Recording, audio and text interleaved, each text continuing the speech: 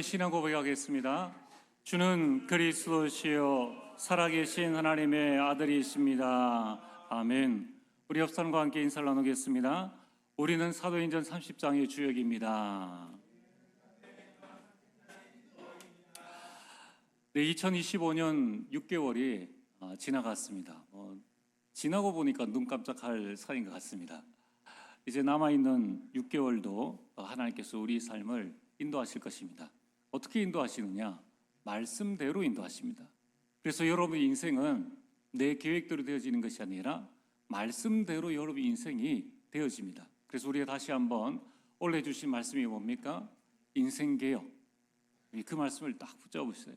그리고 교회개혁, 그리고 문화개혁입니다.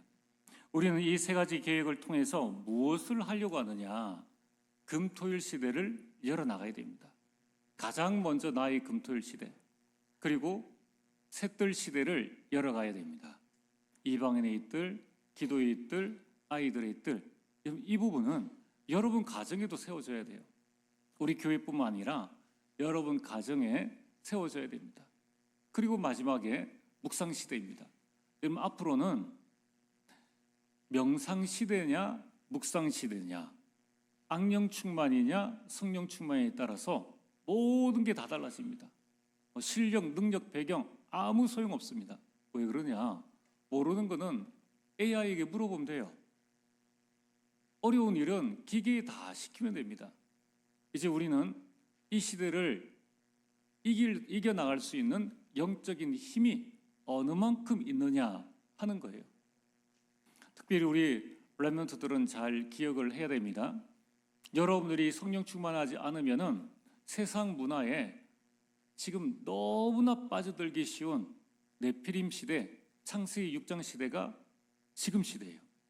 그때보다 훨씬 더 우리를 유혹하는 게 많고 유혹의 정도가 강력합니다.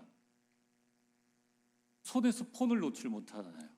폰 하나만 있으면은 얼마든지 모든 시간들을 다 허비할 수도 있다는 거예요. 자, 그래서 오늘 이제 우리는 삶 개혁을 통하여서 삶 시대를 열어야 합니다.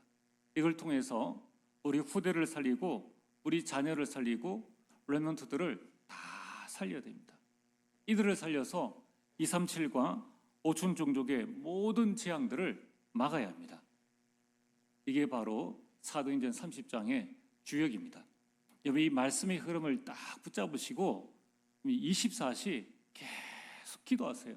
그러면은 매주일 주신 말씀이 여러분들에게 적용되어지고 여러분들에게는 응답으로 오게 됩니다. 자, 오늘 우리가 서론으로 붙잡아야 될 부분이 오늘은 맥주 감사주일입니다. 감사의 말이죠.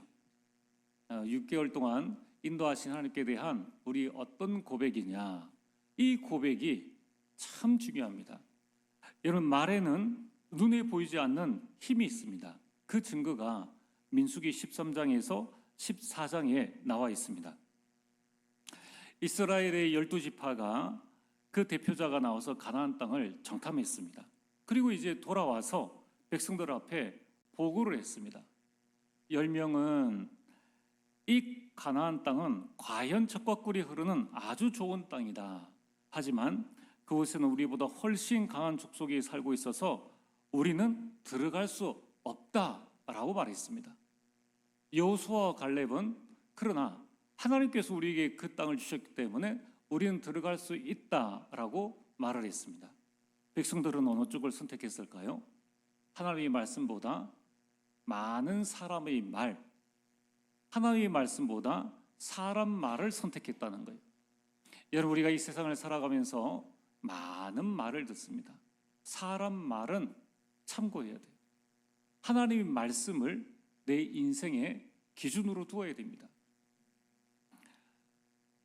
그러자 이 10명의 정탐꾼의 말을 들으니까 민수기 14장 1절에서 4절에 온 백성이 밤새도록 소리 높여서 대성통곡을 했습니다.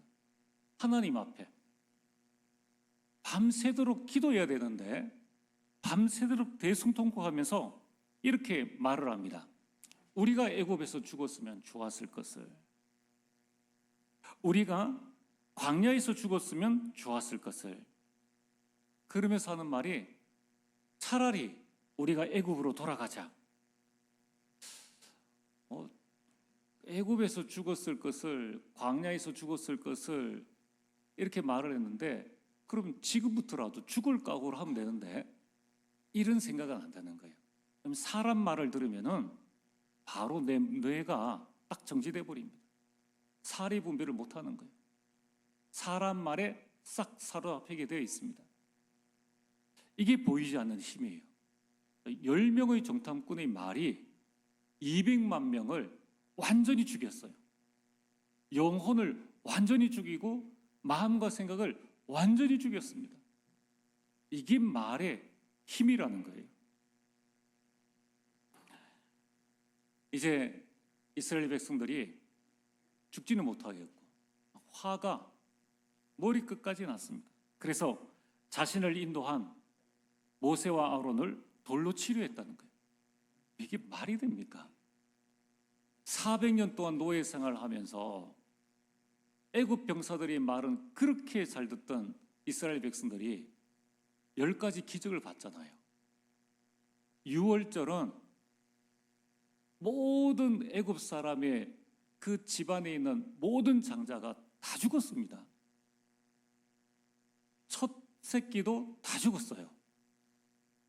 온 나라에 대성통곡이 일어났다는 거예요. 정말 살벌한 밤을 지내고 나서 홍해를 건넜습니다. 자기를 괴롭히고 자기를 힘들게 했던 모든 이스라엘 애굽 병사들이 수장되는 그 비명 소리를 듣고 난 다음에 모세를 돌로 치려 했다는 거예요. 사람 말이 이렇게 무서워요. 하나님의 행하신 10가지 기적은 눈에 보이지 않고 사람 말이 들어오면 그때부터는 아무것도 안 되어집니다. 참 사람 말 그게 뭐라고, 그렇죠?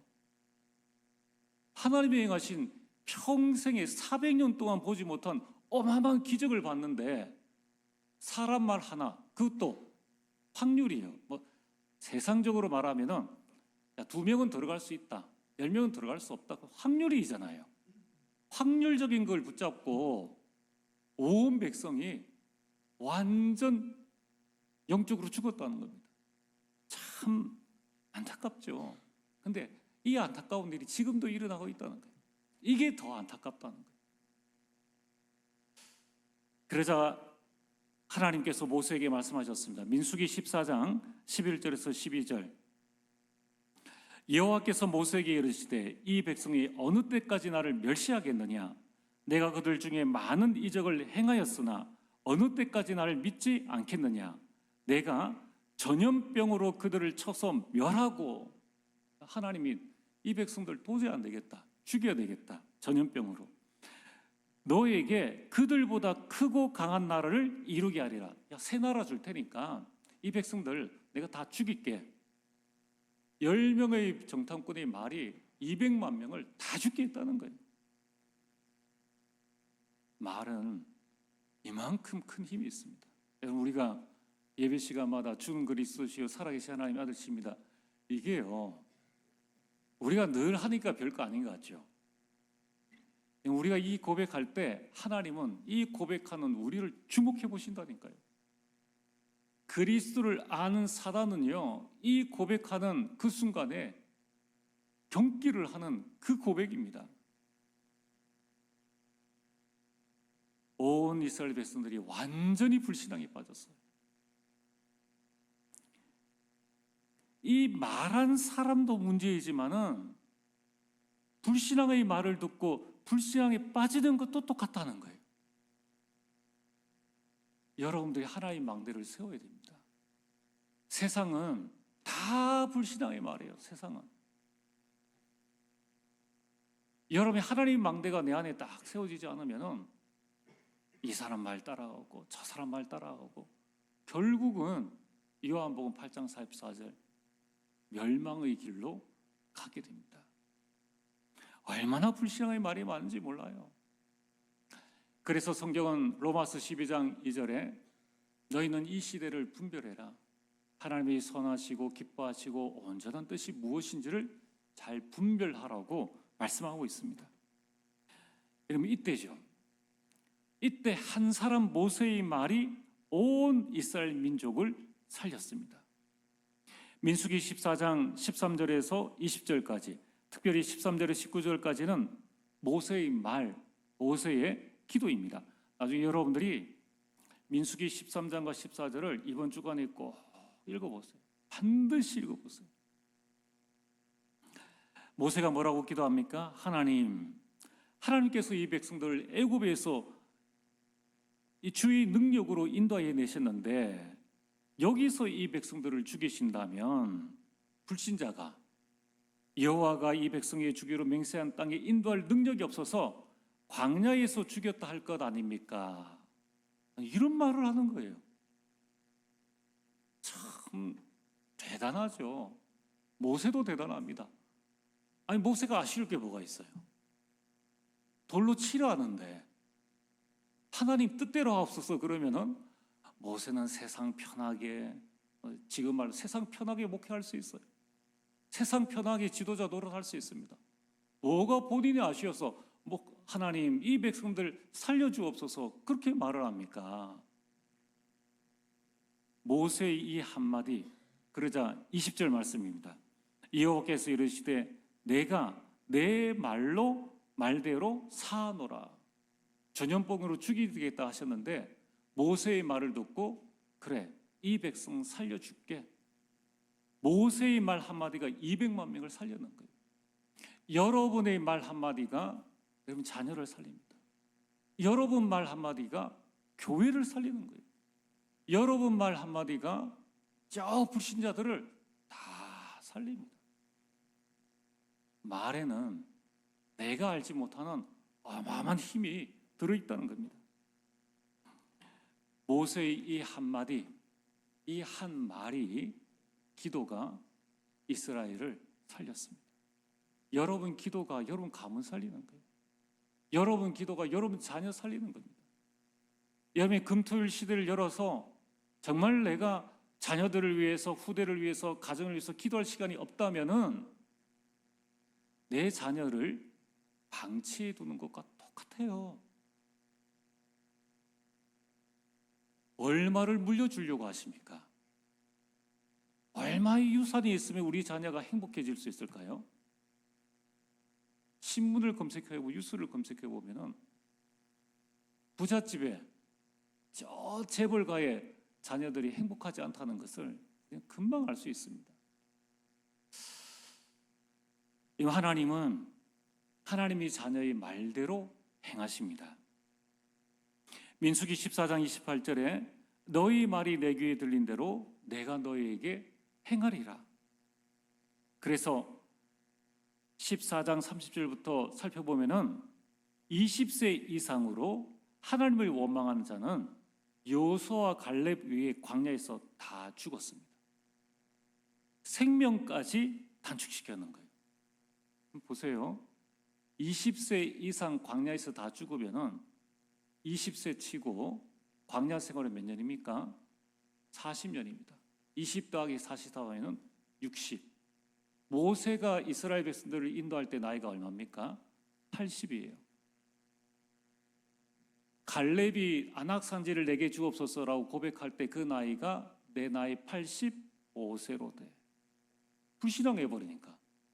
모세는 80부터 120세까지, 갈렙은 85세에 청청 살아 있었는데 불신앙해서 불신앙의 말을 듣고 거기에 동조한 모든 이스라엘 백성들, 아무리 운동해가지고 헬창이 되든지 영양식 먹든지 호흡하든지 아무 상관없어요.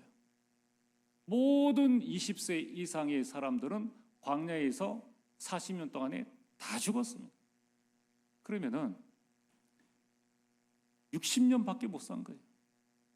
불신앙은 내 영혼, 내 생명, 내 모든 것 다 깔아먹는 거예요. 얼마나 불안했겠습니까? 여러분, 그 40년 동안이 20세 이상 되는 사람이 죽어가잖아요. 자꾸 죽어간단 말이에요. 그 하루하루가 행복했겠습니까? 내 나이 지금 55세, 56세, 57세, 58세, 59세, 60세 되면 죽어요. 불신앙의 말을 듣고 난 다음에 그 저주, 그 인생이 얼마나 재앙입니까? 여러분 한번 생각해 보세요. 여러분, 우리 인생이 내 죽는 날을 아는 게 편하겠어요? 모르는 게 편하겠어요? 각자마다 다릅니다. 근데 이스라엘 백성들은 이 소망이 있고 희망이 있는 사람은 죽는 날 정한 것보다 모르는 게 훨씬 더 나아요. 이 청년들은 지금 죽을 날이 딱 정해져 있는 거예요. 그뿐만입니까? 가나안 땅을 악평하여서 온 회중이 모세를 원망하게 한 이 10명의 정탐꾼은 바로 그 자리에서 재앙으로 죽었습니다. 지금도 우리가 이 불신앙의 말을 하면 당장 죽지는 않겠죠. 영적으로는 이미 죽었어요. 영적으로는 이미 죽어가지고 육신은 살아있는데 불신자 수준으로 살아가는 거예요. 우리가 그런 인생입니까?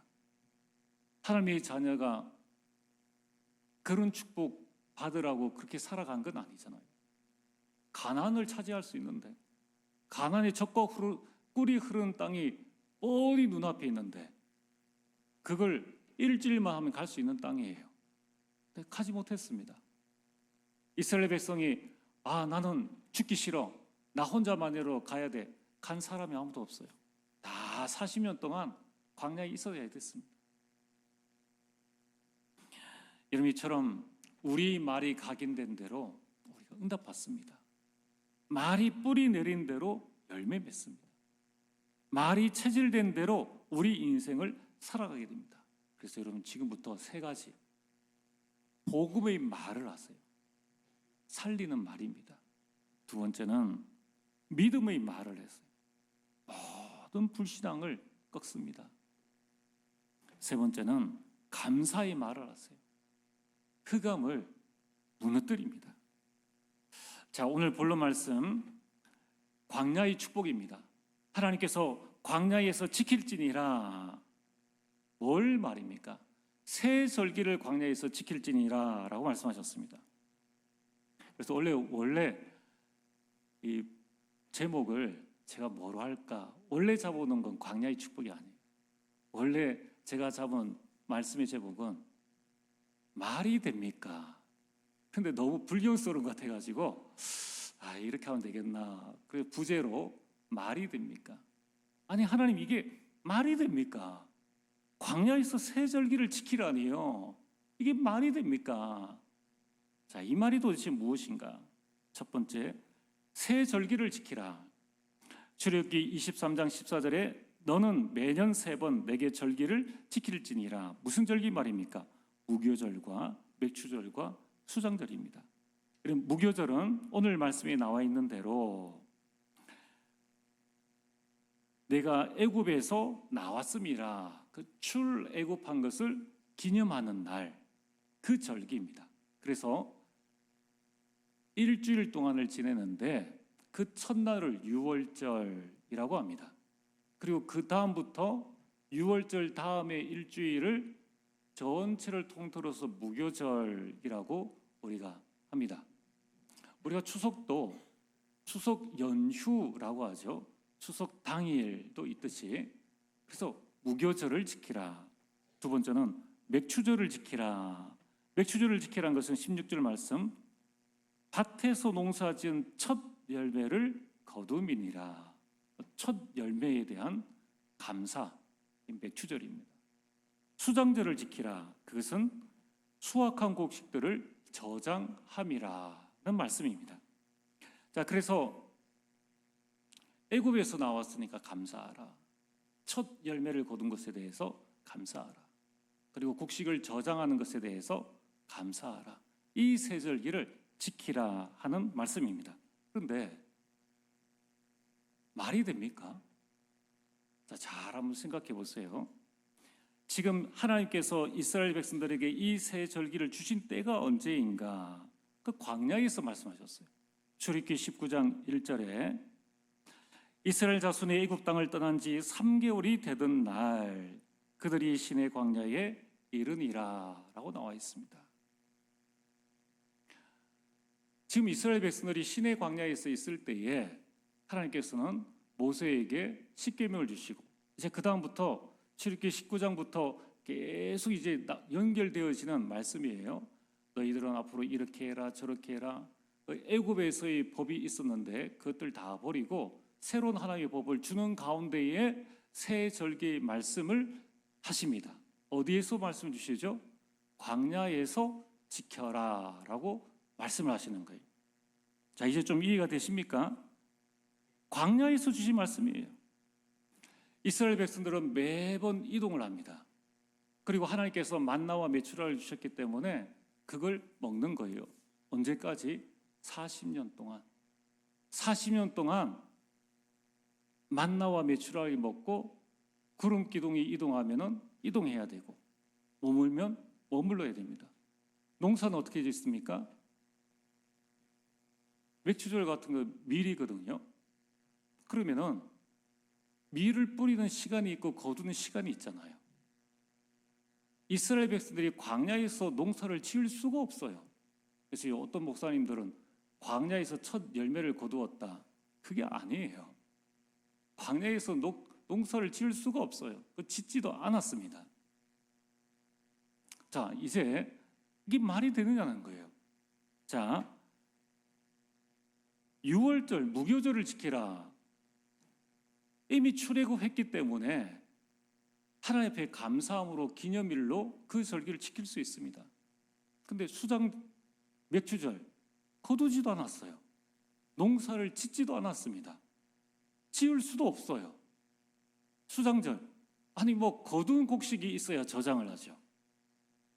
그런데 하나님께서는 현실과 전혀 맞지 않는 이 말씀을 우리에게 지금 주고 계신다는 것입니다. 이스라엘 백성들이 세절기를 광야에서 지켰잖아요. 자, 그렇다면은 우리는 오늘 기억해야 될 것이 있습니다. 하나님께서 무교절, 맥추절, 수장절을 지키라는 이 말씀의 의미는 도대체 무엇인가는 거예요. 그 답이 오늘 우리가 읽지 않았지만 20절에 있습니다. 자, 20절 화면을 좀 띄워주시고 20절 우리 다 같이 한번 읽어보겠습니다. 시작. 내가 사자를 내 앞서 보내어 길에서 너를 보호하여 너를 내가 예비한 곳에 이르게 하리니. 아멘. 여러분, 이 맥추절과 수장절의 영적 의미는 하나님께서 그렇게 되게 하시겠다는 말씀입니다. 맥추를 지키라라는 이 말씀은 맥추절을 지킬 수 있도록 내가 너를 가나안 땅에 들어가게 하겠고 그 가나안 땅에서 첫 열매를 거두게 하겠다는 의미예요. 미리 주시는 약속의 말씀입니다. 수장절을 지키라. 이 말씀은 수장절을 지킬 수 있도록 내가 사자를 내 앞서 보내어서 가나안의 7 족속들을 다 물리치고 너를 보호하여서 그들이 거둔 곡식을 빼앗아가지 않도록 그 곡식을 거두어서 저장할 수 있게 하겠다라는 의미입니다. 그래서 되어질 것을 미리 보고 절기를 지키라는 거예요. 광야 40년 동안에 이스라엘 백성들은 농사 안 짓고 40년 동안 믿음으로 이 맥추절과 수장절을 지켰습니다. 그 예배를 믿음으로 드렸다는 거예요. 여러분, 우리는 이 영적 의미를 마음에 잘 담아야 됩니다. 광야는 뭡니까? nothing이요, nobody입니다.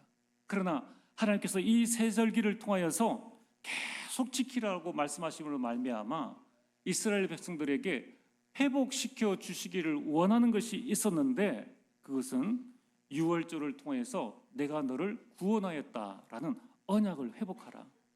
맥추절을 통해서 그 믿음을 회복하라. 수장절을 지킴으로 소망을 회복하라는 것입니다. 이스라엘 백성들은 그 노바디 나싱의 현장에서 세 절기를 통하여서 승리했다는 것입니다. 우리가 지나간 6개월 동안 어떻게 살아왔습니까? 앞으로 남은 6개월 동안 어떻게 살아갈 것입니까? 이 세 절기를 붙잡으시길 바랍니다. 여러분, 오늘은 그 세 절기 가운데에 맥추 감사주일입니다. 우리는 날마다 맥추절의 축복을 누려야 합니다. 그 축복은 무엇입니까? 바로 성령의 인도입니다. 맥추절은 가나안 땅에 들어갈 수 있도록 내가 너희를 인도하겠다는 거예요. 그럼 지금 성령께서 우리의 삶을 인도하고 계십니다. 여러분, 우리는 아무도 한 번도 가보지 못한 2025년을 살고 있습니다. 내일 무슨 일이 일어날지, 어떻게 될지 아무도 모릅니다. 그런데 고린도전서 3장 16절, 너희가 너희 몸이 하나님의 성전인 것과 하나님의 성령이 너희 안에 계시는 것을 알지 못하느냐. 광야 같은 세상길을 가는 우리에게 내 몸에 성령께서 우리 가운데 내주하시고 내 안에 계신 성령께서는 무슨 일을 하시느냐. 요한복음 16장 13절에 장래 일을 너희에게 알리시리라. 여러분, 우리는 광야 같은 이 세상 살아가지만은 두려워하지 않습니다. 불안해하지 않습니다. 걱정하지 않습니다. 성령께서 내 삶을 인도하시기 때문입니다. 그래서 여러분들이 성령께서 인도하시니 여러분의 인생을 삶 집중으로 집중하시길 바랍니다. 아침과 낮과 밤에 성령 충만 누리고 성령의 음성 듣는 시간을 가지시길 바랍니다. 맥추절의 축복은 무엇입니까? 성령의 역사입니다. 내 안에 계신 성령께서는 가만히 계시지 아니하시고 성령 충만할 때 우리에게 능력을 주셔서 우리를 땅끝까지 이르러 증인되게 하신다는 겁니다. 그래서 이 맥추절의 축복이 오순절에, 신약시대의 오순절에 성령의 역사로 시작되어졌습니다. 성령께서 각 사람들을 위해 임하심으로 말미암아 현장에 전도의 문이 열리고 성령의 역사로 말미암아 말씀이 성취되어지고 제자가 일어나고 날마다 현장이 변화되어지는 그 놀라운 역사가 일어났다는 것입니다. 지금도 성령께서는 여러분 가운데 역사하고 계십니다. 여러분이 이 성령의 역사로 여러분의 인생을 세팅하시길 바랍니다.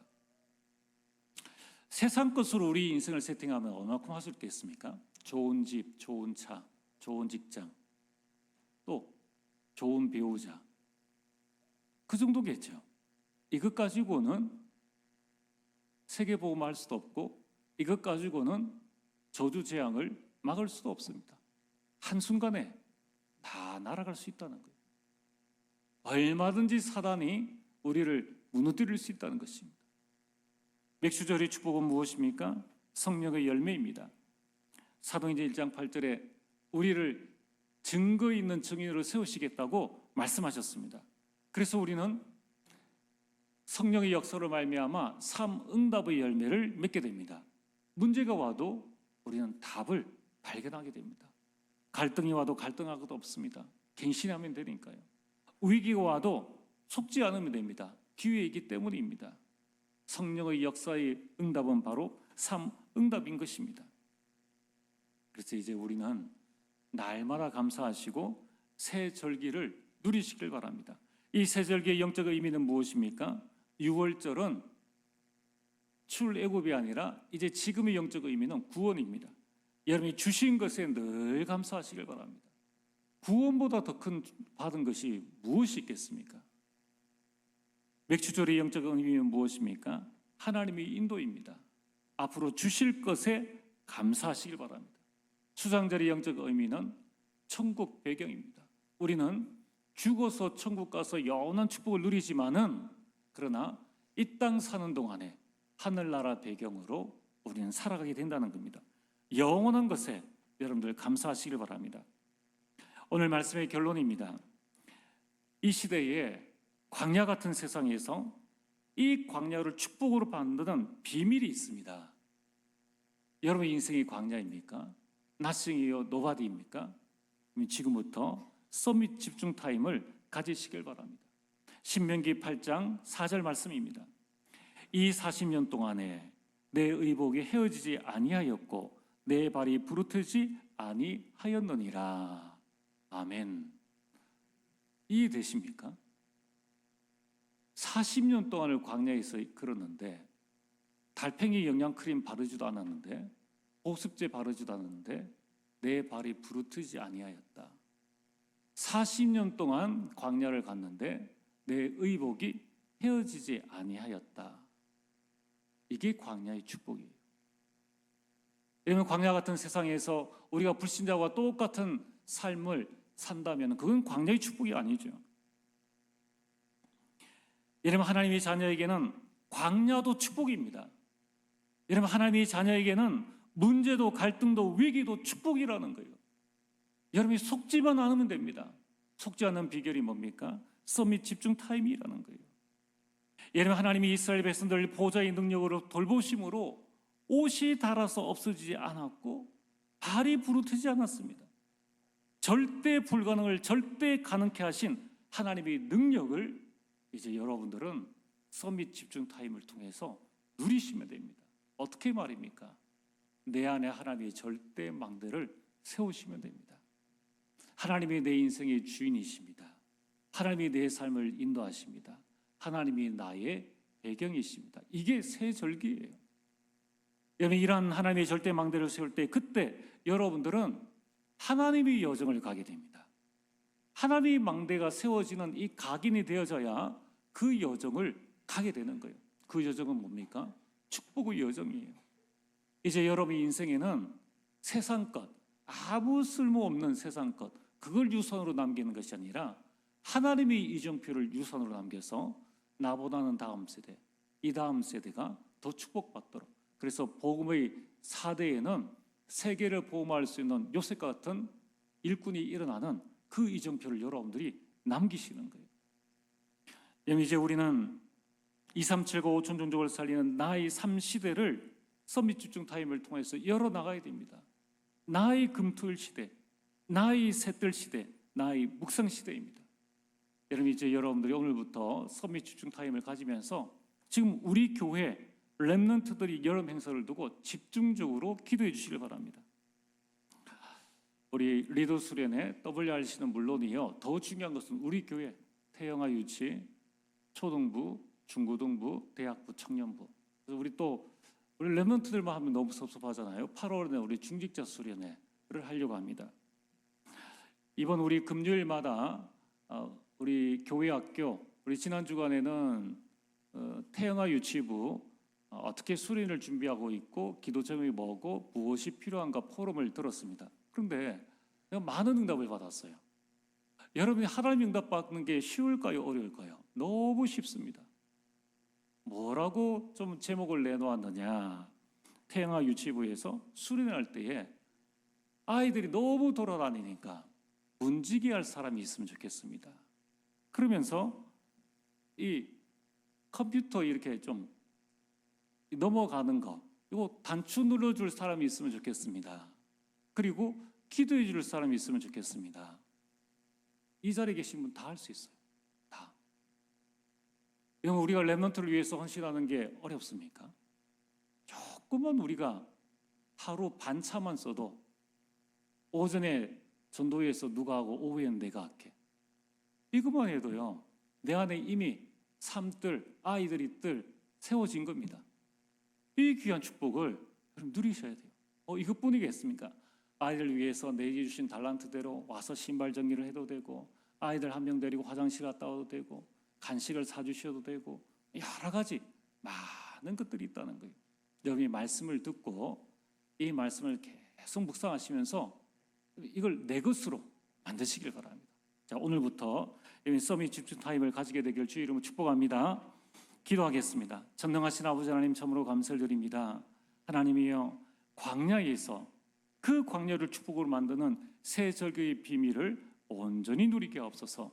예수님 이름으로 기도리옵나이다. 아멘.